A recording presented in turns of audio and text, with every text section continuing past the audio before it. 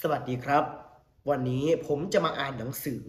เรื่องผีรอบโลกผีสี่ภาคผู้เขียนนะครับนททีสศิวิมล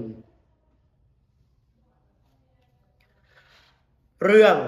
ตำนานผีกะผีกะหรือผีกระวงเล็บตะกระเป็นผีที่มีฤทธิ์ที่สุดตามความเชื่อล้านนามักชอบเข้าสิงคนแล้วเรียกร้องขอกินอาหารประเภทเนื้อสัตว์และเหล้าครั้งละมากๆหากไปให้จะกินตับไตไส้พุงของคนที่ถูกสิงจนตายเดิมเชื่อกันว่าเป็นผีที่ให้คุณต่อผู้เลี้ยงในทางที่ดีหญิงสาวที่เลี้ยงผีกะไว้เชื่อว่าจะมีลิงวอกคอยเลียใบหน้าให้ดูงดงามตลอดเวลาและมีนกแสกบินอยู่รอบบ้าน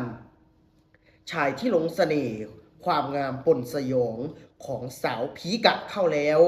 จะมองไม่เห็นวอกที่คอยเลียใบหน้าที่แท้จริงที่แสนอัปลักษณ์ของนางทุกคนในครอบครัวของชายเคราะห์ร้ายจะเจ็บป่วยอย่างไม่มีสาเหตุเพราะถูกผีกัดค่อยๆกินเครื่องในจนเสียชีวิตบางตำราเชื่อว่าเป็นผีในตระกูลผีเมงวงเล็บผีมอญโบราณ